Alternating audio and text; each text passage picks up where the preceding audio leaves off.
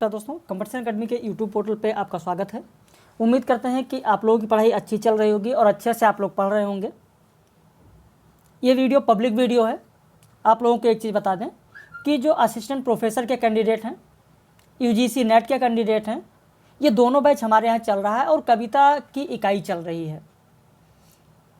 तो दोनों के पाठ्यक्रम में जो कॉमन कविताएँ हैं उन्हें एक साथ करा दिया जाता है और इसके बाद जो असिस्टेंट प्रोफेसर में अलग से है उसे अलग से करा दिया जाता है। अभी तक परसों से जो कक्षाएं हुई हैं, जिसमें हम लोगों ने नागार्जुन की बात की, भवानी प्रसाद मिश्र की बात की, धूमिल की बात की, मलिक मोहम्मद जायसी की बात की, अज्ञे, मुक्तिबोध, महादेवी वर्मा, मैथिली शरण गुप्त और आज प्रसाद निराला, पंत, दिनकर, इन लोगों की बात की गई है। तो इनका वीडियो लेक्चर आप लोगों को अभी मिल जाएगा जो हमारे पेड मेंबर्स हैं। और आज हम लोग बात करने जा रहे हैं इस वीडियो में जो असिस्टेंट प्रोफेसर के लिए अलग से है। धूमिल की कविता की बात करेंगे जनतंत्र के सूर्योदय में और दूसरी कविता है सच्ची बात। नागार्जुन की कविता जो असिस्टेंट प्रोफेसर के पाठ्यक्रम में हजार हजार बाहों वाली गुलाबी चूड़ियाँ। निराला की कविता जागो फिर एक बार, भारती जय विजय करें, वर्दे वीणा वादिनी वर्दे। और पंत की कविता नौका विहार, संध्या, एक तारा और भारत माता। तो धूमिल, नागार्जुन, निराला और पंत, इन चारों की जो कविताएं असिस्टेंट प्रोफेसर के पाठ्यक्रम में हैं उनकी बात इस वीडियो लेक्चर में हम लोग करेंगे। यदि आप भी हमारे पेड मेंबर्स बनना चाहते हैं, बैच ज्वाइन करना चाहते हैं, अभी इतना समय है कि अगर आप पूरी मेहनत तत्परता के साथ, पूरी लगन के साथ अभी लग जाते हैं और पेड बैच ज्वाइन करते हैं तो उम्मीद के साथ मैं ये कह सकता हूँ कि जितनी चीज़ें कराएंगे उसे करेंगे तो आप सफल ज़रूर हो जाएंगे।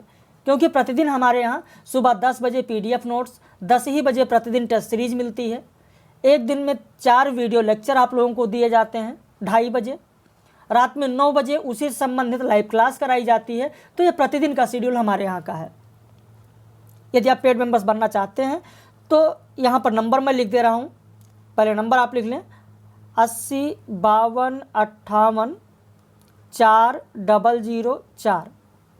दूसरा नंबर आप लिख लें 97 21 46 27 40। इस नंबर पर फ़ोन या व्हाट्सएप करके फ़ीस और सारी जानकारी आप ले सकते हैं। तो चलिए शुरू करते हैं। सुदामा पांडे धूमिल की बात सबसे पहले करते हैं। देखिए, सुदामा पांडे धूमिल की जो कविताएं यूजीसी नेट के पाठ्यक्रम में थीं, सुदामा पांडे धूमिल की जो कविताएं आपके पाठ्यक्रम नेट में थी उन्हें कराया जा चुका है। उसे आप लोगों ने कर लिया। जैसे नक्सलवाड़ी है, मोचीराम है, अकाल दर्शन है, रोटी और संसद। अब बात करेंगे धूमिल की कविता यहाँ पर जनतंत्र के सूर्योदय में और सच्ची बात। जनतंत्र के सूर्योदय में और सच्ची बात कविता प्रारंभ करने से पहले सुदामा पांडे धूमिल के बारे में जानते हैं। धूमिल की कविताएं जनतंत्र को संबोधित करने वाली कविताएं हैं। ये कविताएं सीधे सीधे देश के लोकतंत्र, संविधान, संसद और नेता की तीखी आलोचना में लिखी गई हैं। धूमिल देश की पूंजीवादी लोकतांत्रिक व्यवस्था से संतुष्ट नहीं थे। उन्होंने उपरोक्त कारणों से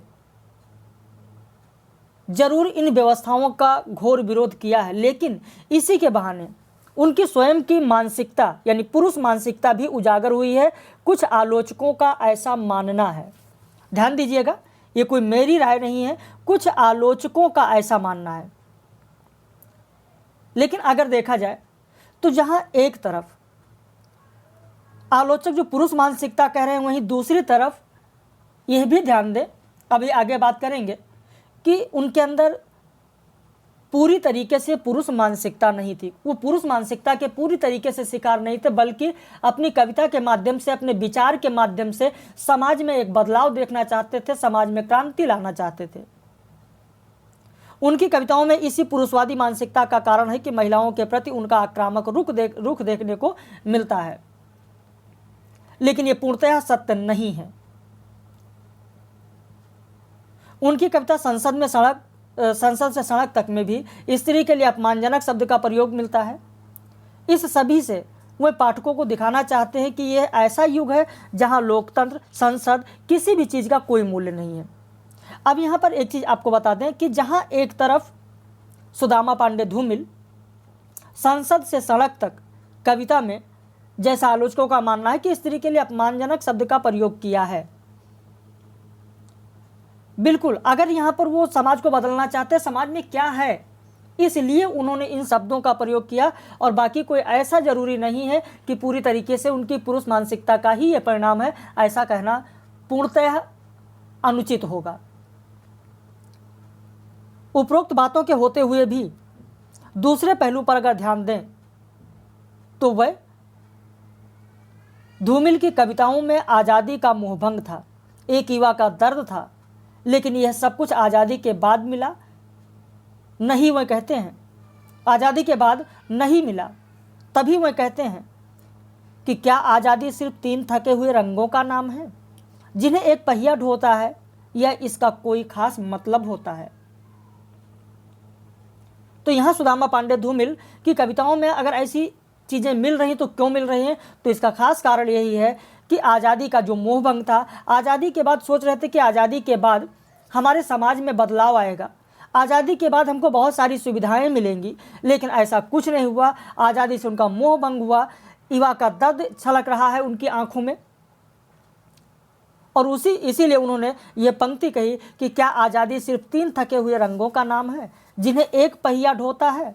एक पहिया ढोता है अर्थात इसका मतलब ये समझ सकते हैं आप कि जो आपका राष्ट्रीय झंडा है, नेशनल फ्लैग है, उसमें आप देखेंगे कि बीच में जो चक्र बना हुआ है उसी को उन्होंने कहा है कि जिन्हें एक पहिया ढोता है, या इसका कोई खास मतलब होता है। धूमिल अपने विचारों और कविता से क्रांति लाना चाहते थे। वह अपने विचारों के आड़े पेट को नहीं आने देना चाहते थे।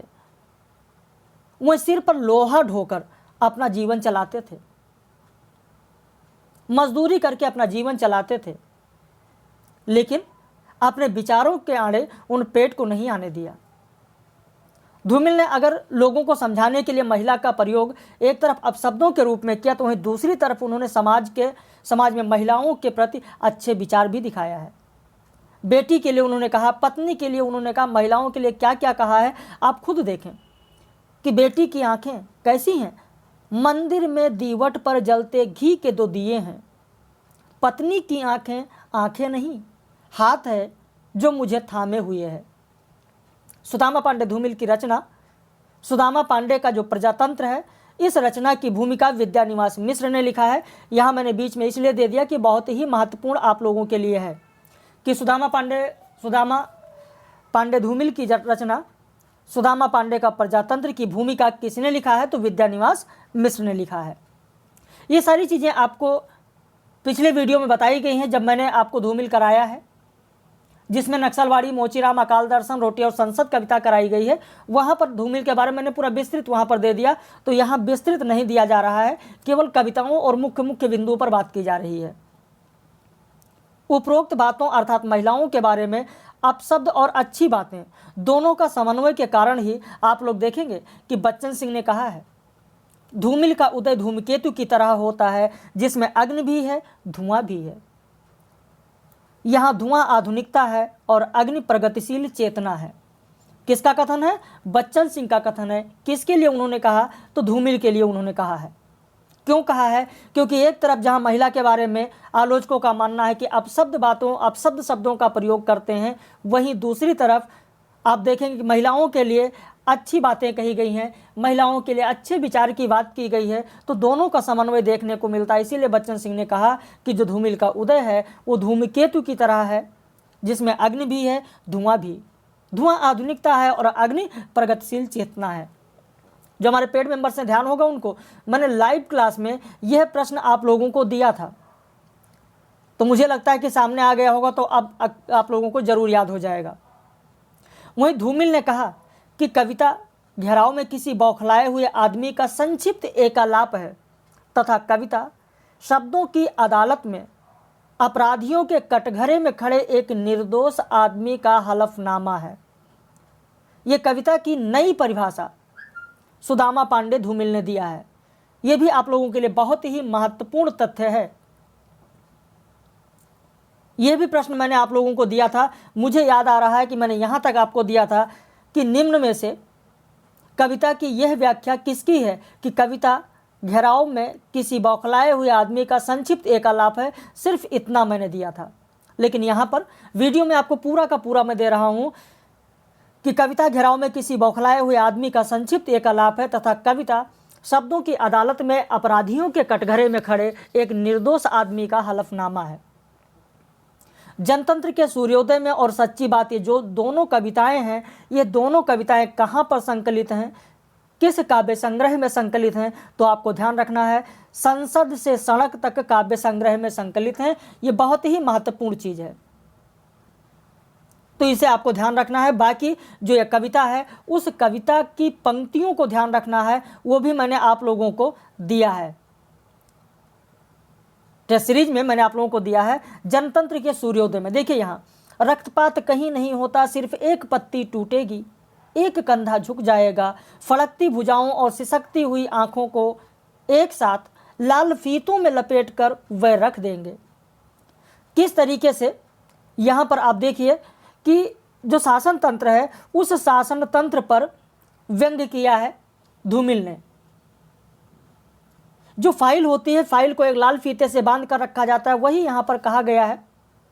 काले दराजों के निश्चित एकांत में, जहाँ रात में संविधान की धाराएं नाराज आदमी की परछाई को देश के नक्शे में बदल देती हैं। पूरे आकाश को दो हिस्सों में काटती हुई, ये पंक्ति आपको ध्यान रखना है, बहुत ही महत्वपूर्ण पंक्ति है। बीच बीच में आप जानते हैं कि पंक्तियां पूछ ली जाती हैं। पूरे आकाश को दो हिस्सों में काटती हुई एक गूंगी परछाई गुजरेगी, दीवारों पर खड़खड़ाते रहेंगे हवाई हमलों से सुरक्षा के इश्तेहार, यातायात को रास्ता देती हुई जलती रहेगी चौरस्तों की बस्तियां। सड़क के पिछले हिस्से में छाया रहेगा पीला अंधकार, शहर की समूची पशुता के खिलाफ गलियों में नंगी घूमती हुई पागल औरत के गाभिन पेट की तरह सड़क के पिछले हिस्से में छाया रहेगा पीला अंधकार। यहाँ पर आप देखिए कि किस तरीके से लोकतंत्र में जो अव्यवस्थाएं फैली हुई हैं, जिससे धूमिल का मोह भंग हो चुका है, शासन तंत्र से जो मोह भंग हो चुका है, उन अव्यवस्थाओं को किस तरीके से धूमिल ने यहाँ पर एक पागल औरत के माध्यम से उन्होंने प्रस्तुत किया है। पागल औरत का प्रतिबिंब लेकर उन्होंने किस प्रतीक लेकर किस तरीके से यहाँ प्रस्तुत किया है कि गलियों में घूमती हुई गाभिन औरत, पागल औरत और गाभिन पेट की तरह सड़क के पिछले हिस्से में छाया रहेगा पीला अंधकार, छाया रहेगा पीला अंधकार, और तुम महसूसते रहोगे कि ज़रूरतों के हर मोर्चे पर तुम्हारा शक एक की नींद और दूसरे की नफरत से लड़ रहा है। अपराधियों के झुंड में शरीक होकर अपनी आवाज़ का चेहरा टटोलने के लिए कविता में अब कोई शब्द छोटा नहीं पड़ रहा है, लेकिन तुम चुप रहोगे और लज्जा के उस गूंगेपन से सहोगे। इतना ही नहीं, जो हमारी मातृभाषा है उस मातृभाषा को भी देखिए कि मातृभाषा को किस तरीके से उन्होंने प्रस्तुत किया है। जो जनतंत्र है उस जनतंत्र को एक सिर कटे मुर्गे की तरह फड़फड़ाते हुए उन्होंने दिखाया है, और मातृभाषा को एक औरत, महरी औरत के समान उन्होंने दिखाया इस कविता में कि यह जानकर कि तुम्हारी मातृभाषा उस महरी की तरह है। मातृभाषा किसके समान बताया है उन्होंने इस कविता में? प्रश्न पूछा जा सकता है, ध्यान रखना। धूमिल ने अपनी कविता जनतंत्र के सूर्योदय में मातृभाषा को किसके समान बताया? तो उस महरी की तरह। महरी समझ रहे हैं? शादी विवाह में, अब तो आप लोगों को नहीं जानते होंगे, महरा एक जाति होती है जो शादी विवाह में डोली उठाने के काम आते हैं, जिसे कहार भी आप कहते हैं। महरा जो पानी ढोने का काम करते हैं शादी विवाह में, तो एक जाति होती है उनकी, मूलतः पानी यानी ढोने, पानी पिलाने का ये सारा काम करते थे। तो ये जानकर भी कि तुम्हारी मातृभाषा उस महरी की तरह है जो महाजन के साथ रात भर सोने के लिए एक साड़ी पर राजी है, सिर कटे मुर्गे की तरह फड़फड़ाते हुए जनतंत्र में। यानी जनतंत्र कैसा है? तो जनतंत्र को उन्होंने प्रदर्शित किया कि जनतंत्र एक सिर कटे मुर्गे की तरह फड़फड़ाते हुए है। सुबह सिर्फ चमकते हुए रंगों की चालबाजी है, और यह जानकर भी तुम चुप रहोगे। यह शायद वापसी के लिए पहल करने वाले आदमी की तलाश में एक बार फिर तुम लौट जाना चाहोगे मुर्दा इतिहास में। अब यहाँ पर आप देखिए, जो अतीत है उस अतीत में लौटने की बात नहीं करते हैं। अतीत को उन्होंने क्या कहा है, अतीत की तुलना किससे की है, तो अतीत की तुलना उन्होंने मुर्दा इतिहास से की है। अतीत की तुलना किससे की गई है, तो मुर्दा इतिहास से की गई है। जो परंपरागत मान्यताएं हैं, जो रूढ़ियां हैं, उन रूढ़ियों का विरोध धूमिल ने अपनी इस पंक्ति में किया है और कहा है कि क्या आप लौट जाना चाहते हैं उस मुर्दा इतिहास में, मगर तभी यादों पर पर्दा डालती हुई सवेरे की फिरंगी हवा बहने लगेगी। तो यहाँ पर यह कविता आप देख रहे हैं, अखबारों की धूल और वनस्पतियों के हरे मुहावरे तुम्हें तसल्ली देंगे और जलते हुए जनतंत्र के सूर्योदय में शरीक होने के लिए तुम चुपचाप अपनी दिनचर्या का पिछला दरवाज़ा खोलकर बाहर आ जाओगे, जहाँ घास की नोक पर। यहाँ पर यह पंक्ति भी आपको ध्यान रखनी है, यह भी परीक्षा में यहाँ से पूछी जा सकती है। ध्यान रखना कि जहाँ घास की नोक पर थरथराती हुई ओस की एक बूंद झड़ पड़ने के लिए तुम्हारी सहमति का इंतजार कर रही है। तो इस तरीके से आप देखेंगे कि यहाँ पर ये पंक्तियाँ पूछी जा सकती हैं। बाकी ये सच्ची बात कविता है। सच्ची बात कविता में आपको कुछ नहीं करना है, इसमें कोई कठिन शब्द नहीं है। चूँकि समय भी कम है, अब आप तो जान ही रहे हैं कि समय भी कम है, तो इसलिए सबकी व्याख्या नहीं, जहाँ जहाँ जो ज़रूरी है वहाँ पर मैं आपको व्याख्या कराते चल रहा हूँ। तो ये कविता है सच्ची बात, इसे पढ़ लेना और इसे पढ़ने के बाद इससे संबंधित जो प्रश्न है वो कराएंगे। ये बहुत बड़ी कविता नहीं, बहुत छोटी कविता है, तो इसको आप लोग पढ़ लेना। अब इसके बाद बात कर लेते हैं नागार्जुन की।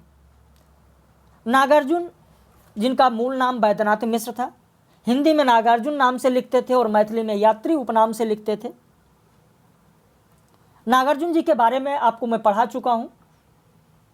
नागार्जुन जी का जो लेक्चर आपको मिला, जिसमें कालिदास, बादल को गिरते देखा है, अकाल और उसके बाद, खुरदरे पैर, शासन की बंदूक, मनुष्य हूँ, ये सारी कविताएं जो आपको कराई गई हैं, उस लेक्चर में मैंने नागार्जुन के बारे में पूरा विस्तृत वहाँ पर बताया है।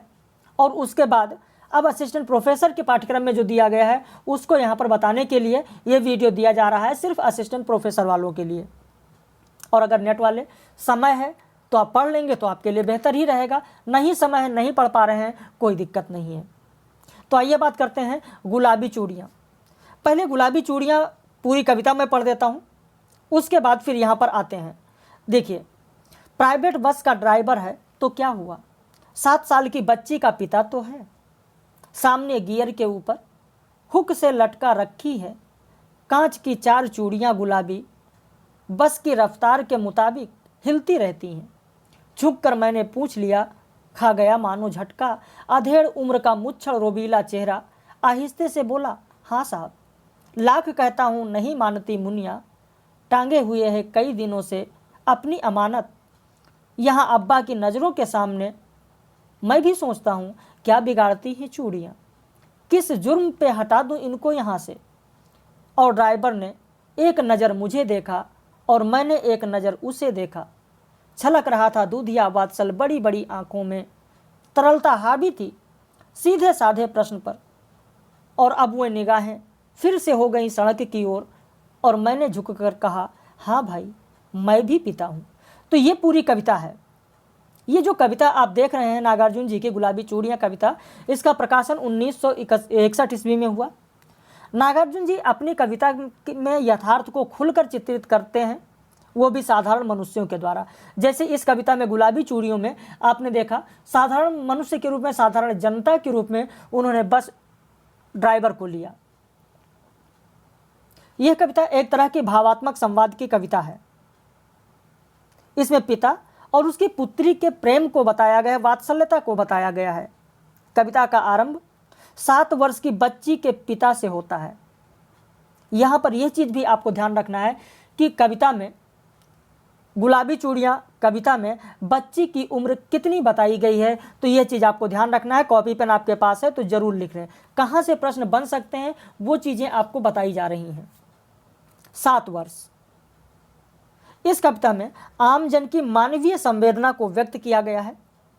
इस कविता में संतान का प्रेम व्यक्ति के कठोर मन पर भी विजय पा लेता है, यह भी दर्शाया गया है।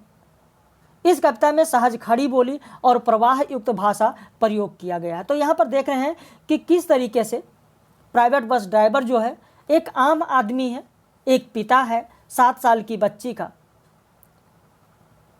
और वो गियर के ऊपर कुछ चूड़ियाँ लटकी हुई हैं। उन्हें देखकर सहसा कभी पूछ बैठता है कि आखिर ये चूड़ियाँ कैसी हैं, किसकी हैं, ये सारी चीज़ बताता है। तो फिर वहीं पर ड्राइवर का उत्तर होता है। अधेड़ उम्र का मुच्छ रोबीला चेहरा आहिस्ते से बोला, हाँ साहब, लाख कहता हूँ नहीं मानती मुनिया। मुनिया यहाँ पर जो बस ड्राइवर है वो अपनी बच्ची को कहता है और जवाब देता है संवादात्मक कविता आप कह सकते हैं इसको। तो लाख कहता हूँ नहीं मानती मुनिया, मतलब लाख समझाने के बावजूद भी जो मेरी बच्ची है, मेरी पुत्री है, वो नहीं मानती है और टांगे हुए है कई दिनों से अपनी अमानत। अपनी इस अमानत को बहुत दिनों से यहाँ पर टांग रखी है, यहाँ अब्बा की नज़रों के सामने। मैं भी सोचता हूँ क्या बिगाड़ती हैं चूड़ियाँ। मैं भी ये सोच रहा हूँ कि आखिर ये चूड़ियाँ जो बच्ची ने यहाँ पर टांग रखा है, आखिर में मेरा क्या नुकसान कर रही है, मेरा क्या बिगाड़ती हैं और किस जुर्म पे हटा दूँ इनको यहाँ से। और ड्राइवर ने एक नज़र मुझे देखा, मैंने एक नज़र उसे देखा। वात्सल्यता वहाँ छलक रही थी। पिता की आंख में अपनी बच्ची के प्रति वात्सल्य भाव यहाँ पर दिखाई दे रहा था और मानो लग रहा था कि वो उन्हीं चूड़ियों में खोया हुआ था, बच्ची की याद में खोया हुआ था। तरलता हावी थी सीधे साधे प्रश्न पर। तरलता हावी थी यानी प्रेम का जो भाव है, वात्सल्यता का भाव है, वो सीधे साधे प्रश्न से छलक रहा था। और अब वह निगाहें फिर से हो गई सड़क की ओर। जो निगाहें अभी तक चूड़ियों की ओर थी, मेरे प्रश्नों के जवाब की ओर थी, जहां आंखों से वात्सल्यता झलक रहा था, अब वो निगाहें फिर से सड़क की ओर हो गई हैं। और मैंने झुककर कहा, हाँ भाई, मैं भी पिता हूं।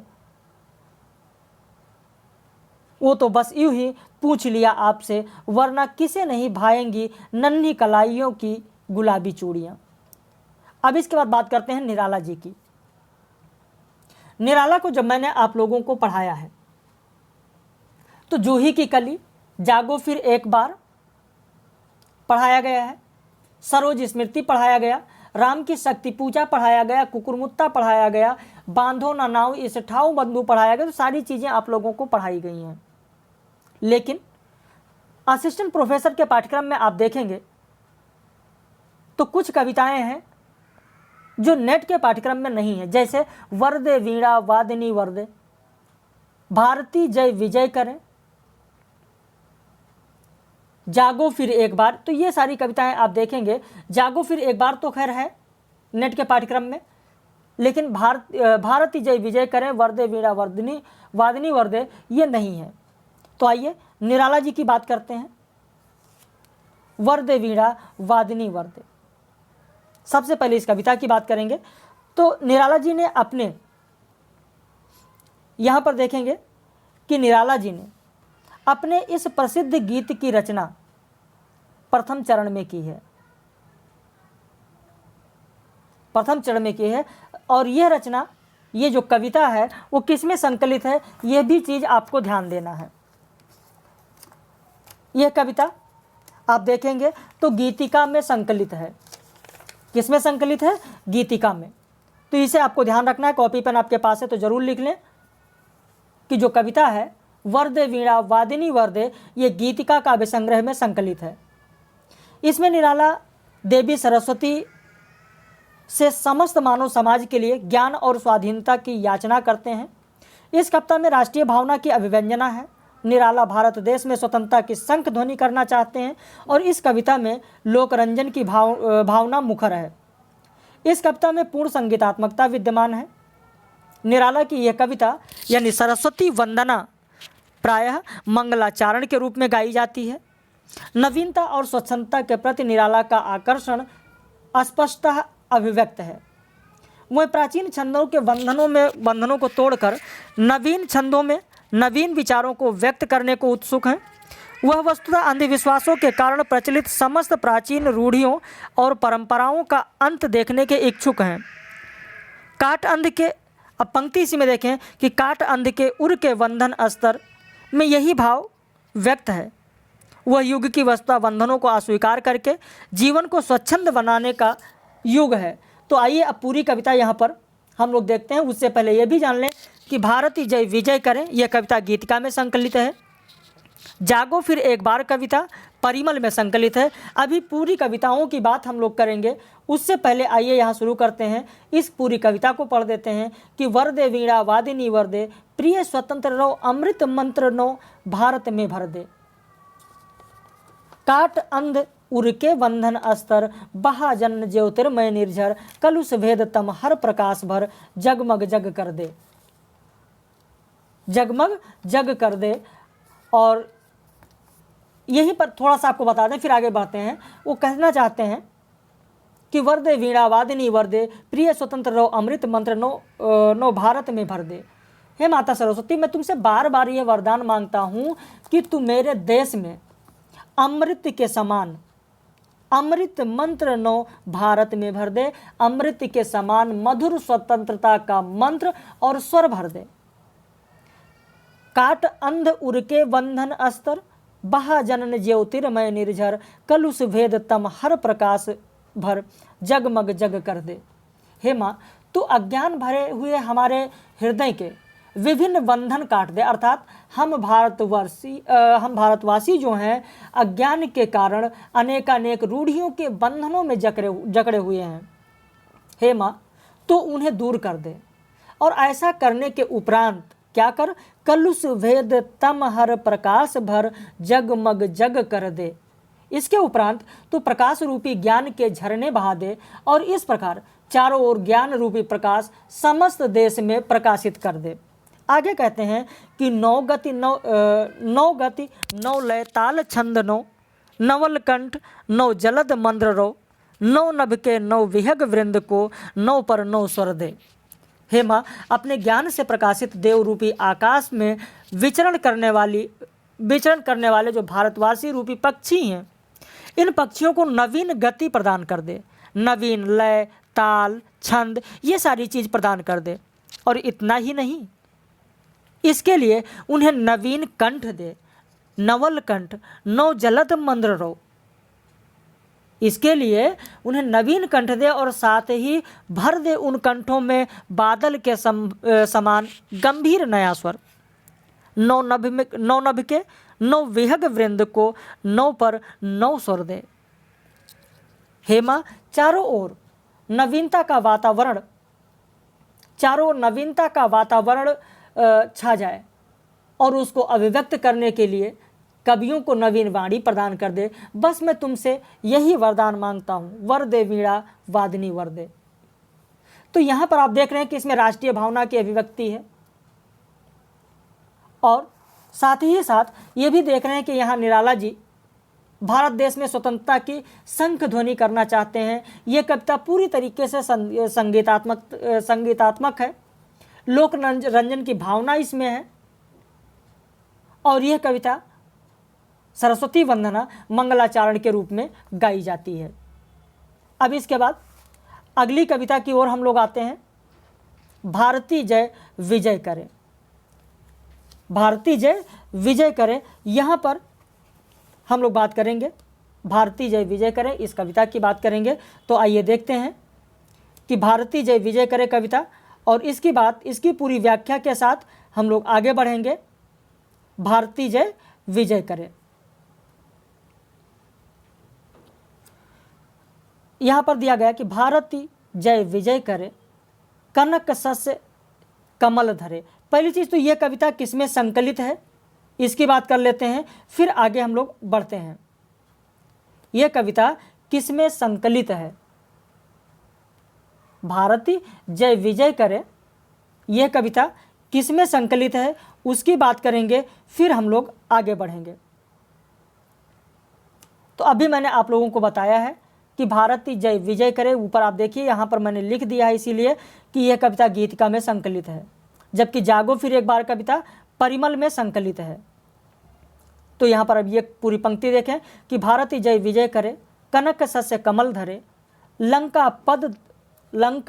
पद तल सत दल, गर्ज ज्योतिर्म सागर जल, धोता सुच चरण युगल, अस्तो कर बहु अर्थ भरे, तरु तृण वन लता वसन, अंचल में खचित सुमन, गंगा ज्योतिर्जल कण धवल धार हार गले, मुकुट शुभ्र हिम तुषार, प्राण प्रणव ओंकार, सुनित दिशाए उदार, सतमुख सतरो मुखरे। तो इस तरीके से छोटी सी कविता है और इस कविता की जो पंक्तियां हैं उन पंक्तियों को आप लोगों को ध्यान रखना है, उन पंक्तियों को आप लोगों को ध्यान रखना है, क्योंकि इन पंक्तियों से अक्सर प्रश्न पूछा जाता है।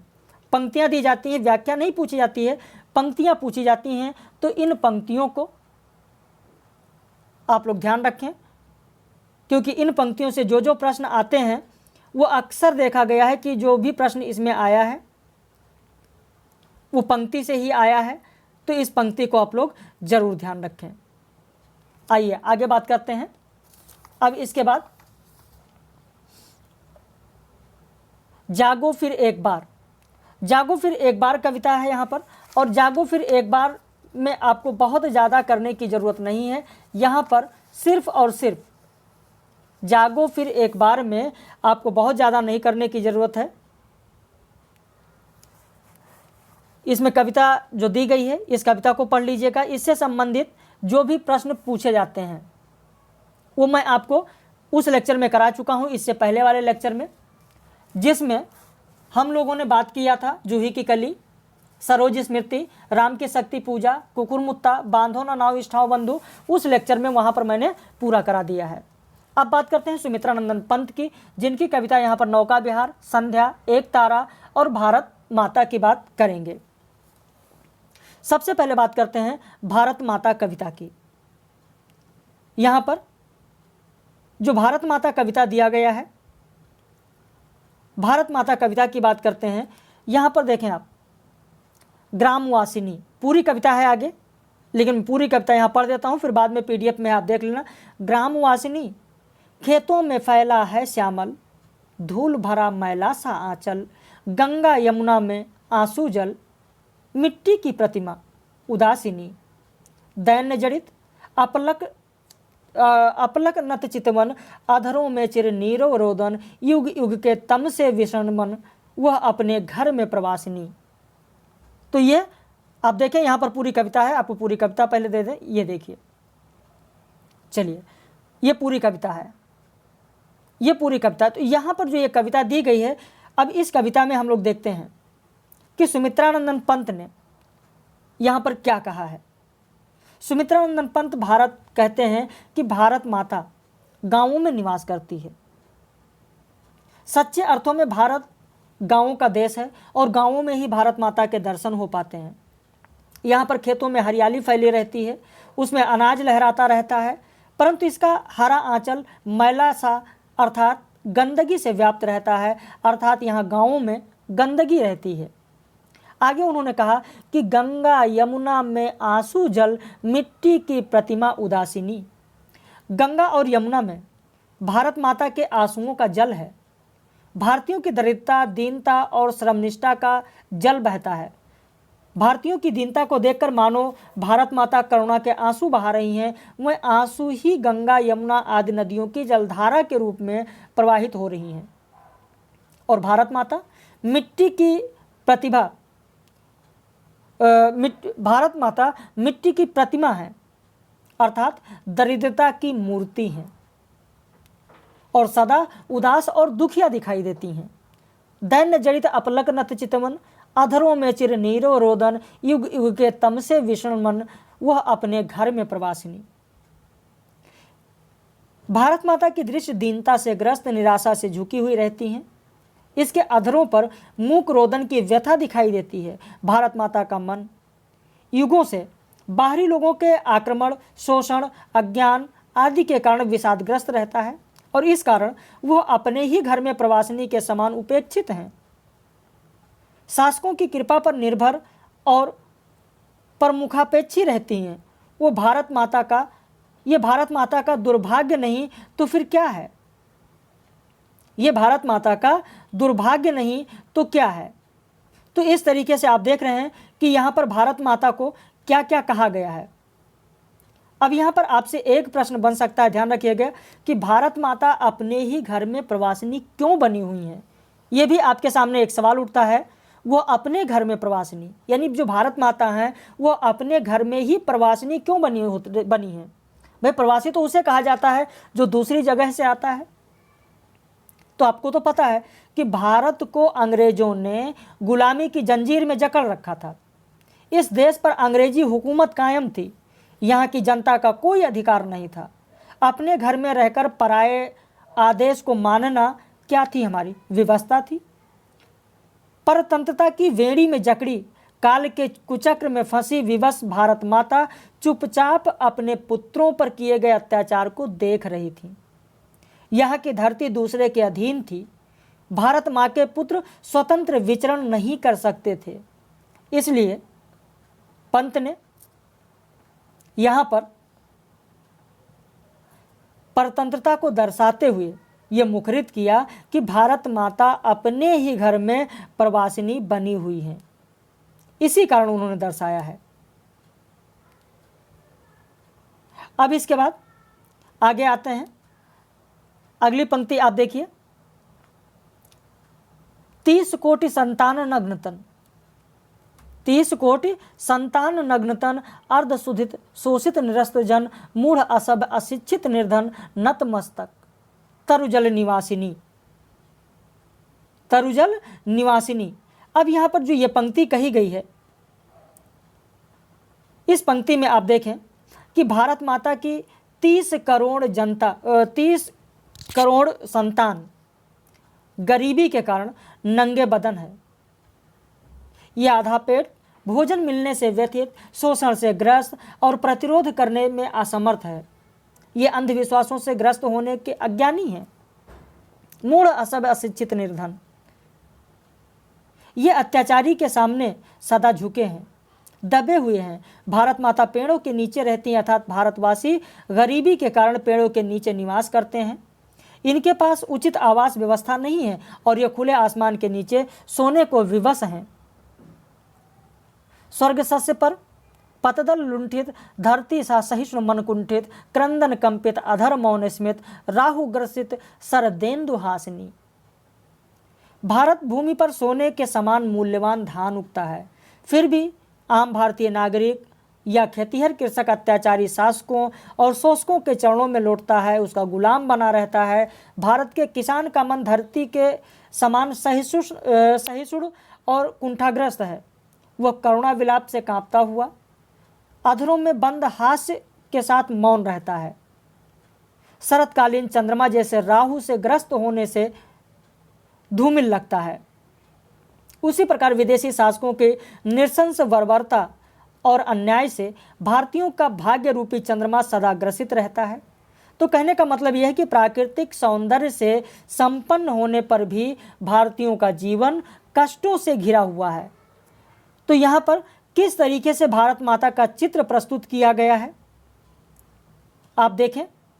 भारत माता का जो चित्र है राहु ग्रसित दिखाया गया है।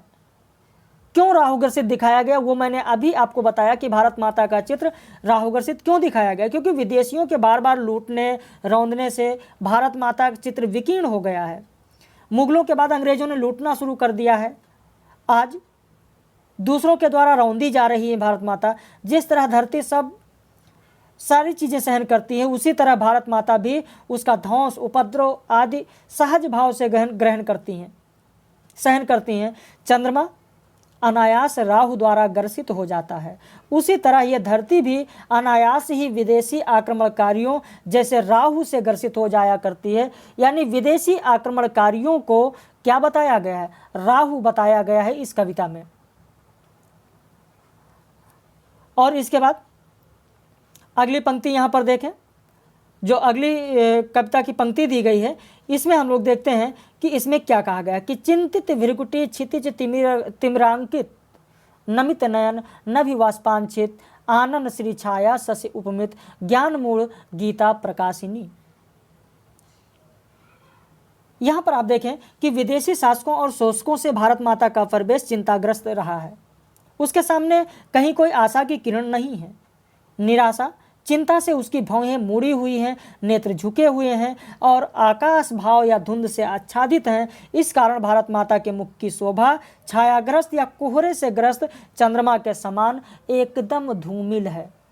गीता प्रकाशिनी एकदम धूमिल है। सफल आज उसका तप संयम, पिला अहिंसा स्तन्य सुधोपम, हरति जनमन भय भवतम श्रम, जग जननी जीवन विकासिनी।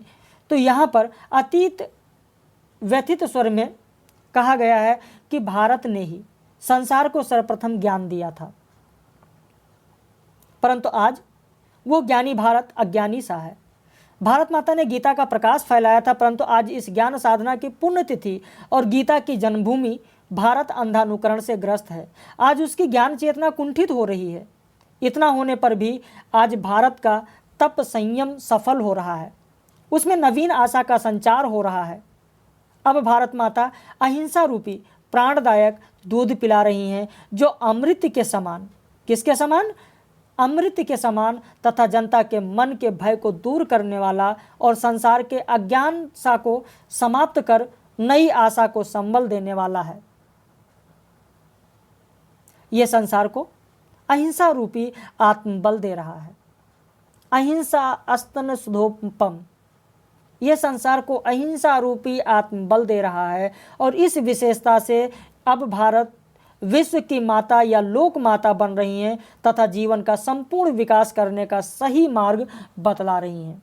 जग जननी जीवन विकासिनी, यानी भारत विश्व की माता या लोक माता बन रही हैं।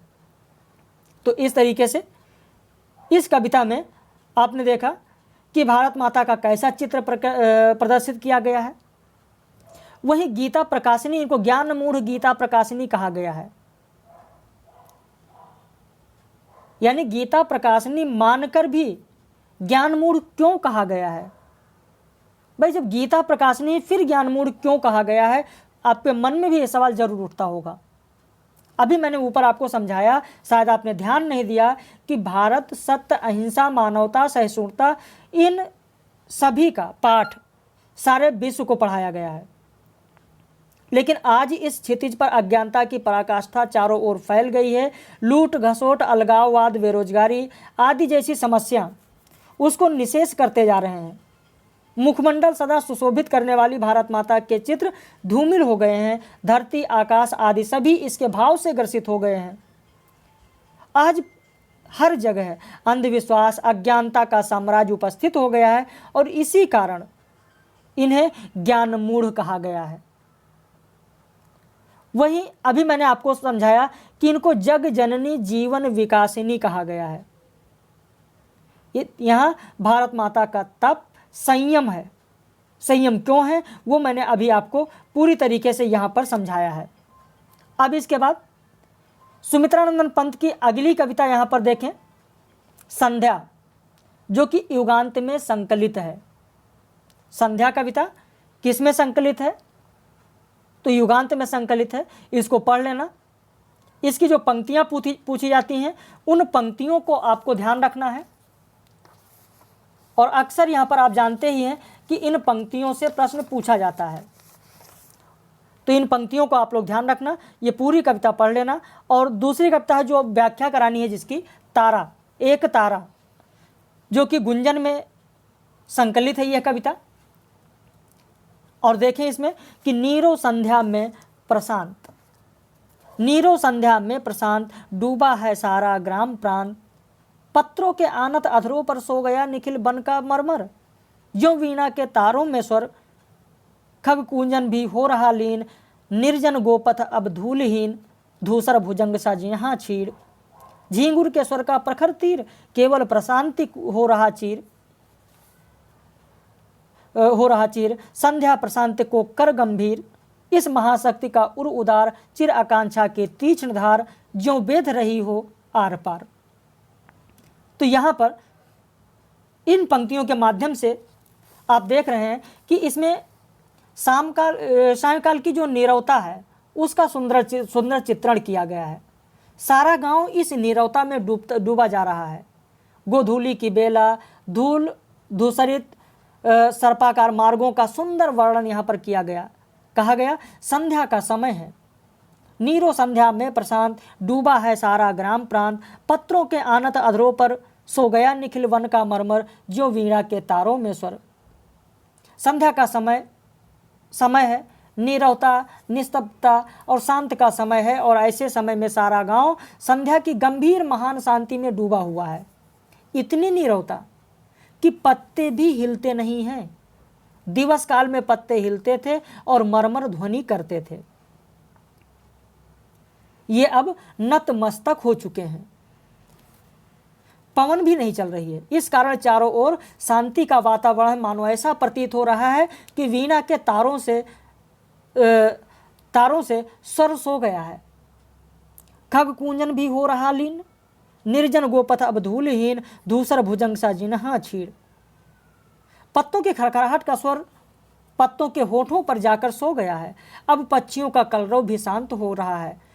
गोधूली के कारण मार्ग धूमिल और धूसर हो गया है, वो भी अब धूलहीन हो गया है। पथ भी पथिकहीन है।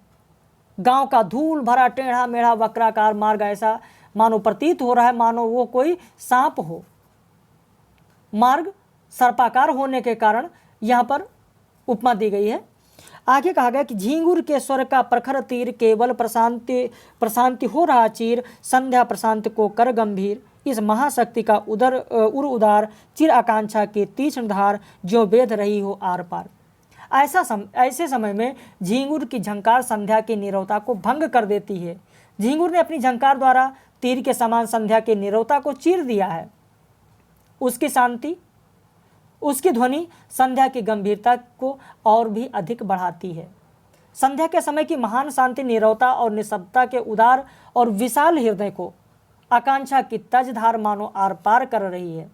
तो यहाँ पर सांध्य प्रकृति का आलंबन के रूप में चित्रण किया गया है। आगे जो पंक्ति है कि अब हुआ सांध्य स्वर्णाभ लीन, सब वर्ण वस्तु से विश्वहीन, गंगा के चल जल में निर्मल कुंभला किरणों का रक्तोपल, है मूंद चुका अपने मृदुजल। यानी संध्या के समय उसकी सुनहली कांति अब छिप गई है। संसार की वस्तुओं का रंग अंधकार के कारण दिखलाई नहीं देता, अतः सब एक रंग की दिखलाई पड़ती। गंगा का चंचल जल संध्या का समय सूर्य की किरणों द्वारा लाल कमल के समान है। सूर्य का प्रतिबिंब जल में भी पड़ता है। तरु शिखरों से वह स्वर्ण विहग उड़ गया खोजनी पंख सुभग, किस गुहा नीड़ में मेरे किस मग, मृदु मृदु स्वप्नों से भर अंचल, नौ नील नील कोमल कोमल, छाया तर वन में तम श्यामल। यानी यहाँ पर फिर कहा गया है कि सूर्यास्त होने पर बंद कमल हो जाता है। उसने अपनी पंखुड़ियों को समेट ली है। डूबते हुए सूर्य की स्वर्णिम किरणों गंगा की लहरों पर स्वर्ण रेखा अंकित करती हुई सुशोभित होती है। वह ऐसी प्रतीत होती है मानो प्रखर शीतल के कारण रक्तिम होठ काले पड़ गए हैं। संध्या के समय बहुत देर तक सूर्य की किरणें तरु शिखाओं पर सुशोभित होती हैं। उन वृक्षों की डालियों पर से अब स्वर्ण पंछी अर्थात सूर्य उड़कर न जाने किस गुफा रूपी घोंसले में जाने किस मार्ग से उड़ गया। वृक्षों पर वन में सर्वत्र अंधकार छा गया है। वह समय संध्या के नीलिमा और कोमल भावनाओं तथा कोमल मधुर मीठे सपनों से भरा हुआ आंचल था। यत्र तत्र सर्वत्र श्याम रंग का अंधकार छाया हुआ है। छाया तर वन में तम श्यामल, यानी यत्र तत्र सर्वत्र हर जगह श्याम रंग का अंधकार छाया हुआ है। आगे पंक्तियों में देखें कि पश्चिम नभ में हो रहा देख, उज्ज्वल अमंद नक्षत्र एक, आकलुष अनिंद नक्षत्र एक, जो मूर्तिवान ज्योतित विवेक, उर में हो दीपित अमर टेक। यहाँ पर तारे को देखकर कहा गया है कि मैं पश्चिम दिशा में प्रकाशवान उज्ज्वल तथा गतिमान तारे को देखता हूँ, और वह तारा निर्मल निष्पाप दोष रहित और अनिंदनीय है। वह नक्षत्र मानो ज्योति स्वरूप विवेक साकार हो उठा हो, उसी के समान प्रतीत होता है। वह हृदय में न जाने किस स्वर्णिम अभिलाषाओं का दीप संजोए अपने किस आराध्य के समीप खड़ा है।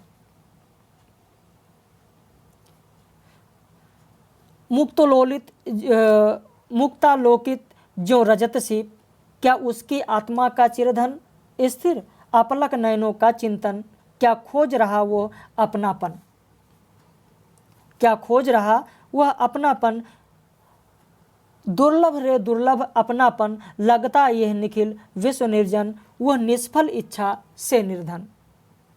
यानी जिसमें मोतियों की चमक दिखाई देती है, वो तारा अपने आराध्य को प्राप्त करने के लिए अपलक लोचकों से, आँखों से अपनी आत्मा के वास्तविक स्वरूप के दर्शन करना चाहता है, तो इस संसार में अपनापन खोजने पर भी प्राप्त नहीं होता है। आत्मज्ञान के बिना संसार सूना है। जिसको हम अपना समझ बैठते हैं वही सपना बन जाता है। अतएव संसार सूना सूना सा लगता है। और अंत में कहा गया कि तुम्हारे अपनत्व को प्राप्त करने की साधना निष्फल होने के कारण तुम उस असफल साधक के समान हो जो दीनहीन, क्षीण तथा मलिन है। इस कविता की अंतिम जो पंक्ति है, अंतिम जो खंड है वो देखें। आकांक्षा का उच्छलित वेग, मानता नहीं बंधन विवेक, चिर आकांक्षा से ही थर थर उद्वेलित, रे अहरह सागर, नाचती लहर पर हहर लहर, अविरत इच्छा ही में नर्तन करते, अबाध रविशस उड्डग्नु, दुस्तर आकांक्षा का बंधन। रे उड़ क्या जलते प्राण विकल, क्या नीरो नीरो नयन सजल, जीवन निसंग रे व्यर्थ विफल, एकाकीपन का अंधकार दुस्सह है इसका मूकधार, इसके विषाद का रे न पार, चिर अविचल पर तारक अमंद, जानता नहीं वह छंद बंद, वह रे अनंत का मुक्त मीन, अपने असंग संख में लीन।